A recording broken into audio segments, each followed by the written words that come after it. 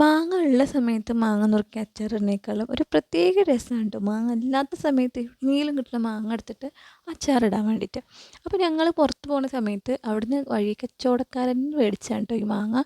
അപ്പോൾ മാങ്ങ 3 ഉണ്ടായിരുന്നു. അതിൽ ഒരെണ്ണം എടുത്തിട്ട് ഞങ്ങൾ ഉപ്പിലിട്ട് തിന്നു, ഒരെണ്ണം എടുത്തിട്ട് ഉപ്പും മുളകും കൂട്ടി തിന്നു. അപ്പോൾ ഇനി ഒരെണ്ണം എടുത്ത് അച്ചാറിടാമെന്ന് വിചാരിച്ചിട്ട് നുറുക്കി ഉണ്ടാക്കുകയാണ് കേട്ടോ ഈ കാണുന്നത്.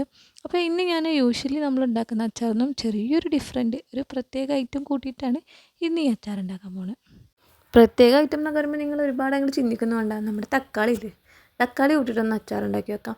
അപ്പോൾ ഇതെന്താണെന്ന് വെച്ചാൽ, പണ്ട് എനിക്കൊരു അമ്മായി ഉണ്ടായിരുന്നു. അമ്മായിയുടെ വീട്ടിൽ പോയാൽ എപ്പോഴും അച്ചാറും ഉപ്പിലിട്ടതൊക്കെ ഫ്രിഡ്ജിൽ നിറച്ചിരുന്നായിരുന്നു കേട്ടോ. അപ്പോൾ ആ ഒരു ടേസ്റ്റ് പിടിക്കാൻ നോക്കിയതാണ്. അവിടേക്കൊന്നും എത്തിയില്ല എന്ന് എനിക്കറിയാം, എങ്കിലും ഒന്ന് ട്രൈ ചെയ്ത് നോക്കുന്നുണ്ട്. നമുക്ക് വലിയ വിരോധമൊന്നുമില്ലല്ലോ. അപ്പോൾ ഇതിനായിട്ട് കുറച്ച് തക്കാളിയില്ല, ഒരു തക്കാളി, പിന്നെ കുറച്ച് വെളുത്തുള്ളി, ഒരു പൊട്ട് ഇഞ്ചി, പിന്നെ കുറച്ച് കടുക്, ഉലുവ, ഇതൊന്ന് വറുത്തെടുക്കണേ. കടുക് ഉലുവയും അതിന് ശേഷം ഇതൊക്കെ പാടിട്ടിട്ട് നല്ലോണം പേസ്റ്റ് രൂപത്തിൽ അരച്ചെടുക്കാം കേട്ടോ.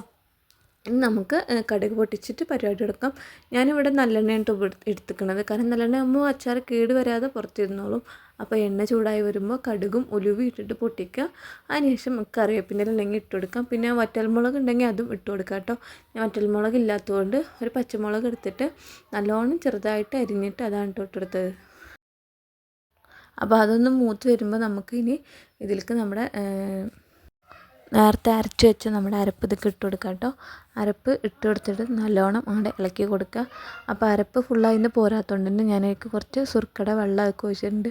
അതാകുമ്പോൾ വെള്ളം ചേർക്കേണ്ട ആവശ്യമില്ലല്ലോ. വെള്ളം ചേർക്കുന്നതിന് അച്ചാർ കേടുവരാനുള്ള ടെൻഡൻസി കൂടും. അതുകൊണ്ട് തന്നെ ആ അരപ്പിലേക്ക് മിക്സിയിലേക്ക് ഞാൻ കുറച്ച് സുർക്ക കലക്കിയിട്ട് കുറച്ച് എടുത്തിട്ടുള്ളൂ കേട്ടോ. അത് അങ്ങനെ ഒഴിച്ച് കൊടുത്തിട്ട് അങ്ങനെ ഇളക്കി കൊടുക്കുകയാണ്. അപ്പോൾ 2-3 മിനിറ്റ് നല്ലോണം ഇളക്കി കൊടുക്കുക. അതിന് ശേഷം നമ്മുടെ സ്ഥിരം പ്രേക്ഷകരായ കുറച്ച് മുളകും പൊടി, ഒരു നുള്ള മഞ്ഞൾപ്പൊടി കേട്ടോ, ഒന്ന് ജസ്റ്റ് ഒരു കളറിന് വേണ്ടിയിട്ടാണ് കേട്ടോ മഞ്ഞൾപ്പൊടി, പിന്നെ നമ്മുടെ മെയിൻ ഐറ്റമായ അച്ചാർ പൊടി. അപ്പോൾ അച്ചാർ വേണമെങ്കിൽ നമുക്ക് കുറച്ച് കായത്തിൻ്റെ പൊടി ഇട്ട് കൊടുക്കാം. എൻ്റെ കയ്യിൽ കായത്തിൻ്റെ പൊടി ഇല്ലാത്തതുകൊണ്ട് ഞാൻ ഇട്ട് കൊടുത്തില്ല. നിർബന്ധമൊന്നുമില്ല, ഉണ്ടെങ്കിൽ ഇട്ട് കൊടുക്കാത്തതുള്ളൂ. അച്ചാറിൻ്റെ ഒരു പട്ടിട്ട് നല്ലോണം ഇളക്കി കൊടുക്കുക.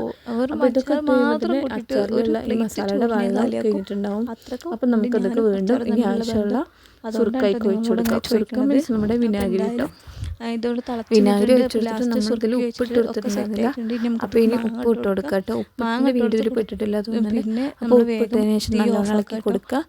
നമുക്ക് നമ്മുടെ ഐറ്റം ഇതിലേക്ക് ഇറക്കിയിടാം. ഇനി നമുക്ക് വലിയ പരിപാടിയൊന്നുമില്ല. അപ്പോൾ അത് നമുക്ക് നമ്മുടെ ഗ്യാസ് നമ്മുടെ മാങ്ങ അതിലേക്ക് ഇട്ടിട്ട് നല്ലോണം ഇളക്കി കൊടുക്കുക. ഒരു മിനിറ്റൊക്കെ ഒന്ന് നിൽക്കാതെ ചൂട് ഫുള്ളായിട്ട് പോകുന്നതിന് മുന്നേ നമുക്ക് എല്ലാ ഭാഗത്തേക്കും ചോറ് കൊടുക്കണം. മസാല മാങ്ങയിലേക്ക് ഇറങ്ങി വരുന്ന രീതിയിൽ എല്ലാവർക്കും അറിയുന്ന കാര്യമാണ്, എന്നാലും ഒന്നും പറയുന്നുള്ളൂ. നമ്മുടെ അച്ചാർ ഇവിടെ റെഡി ആയിട്ടുണ്ട്. ഇനി ചോറ് കൂട്ടിയിട്ട് നല്ലൊരു പിടുത്തം പിടിക്കും.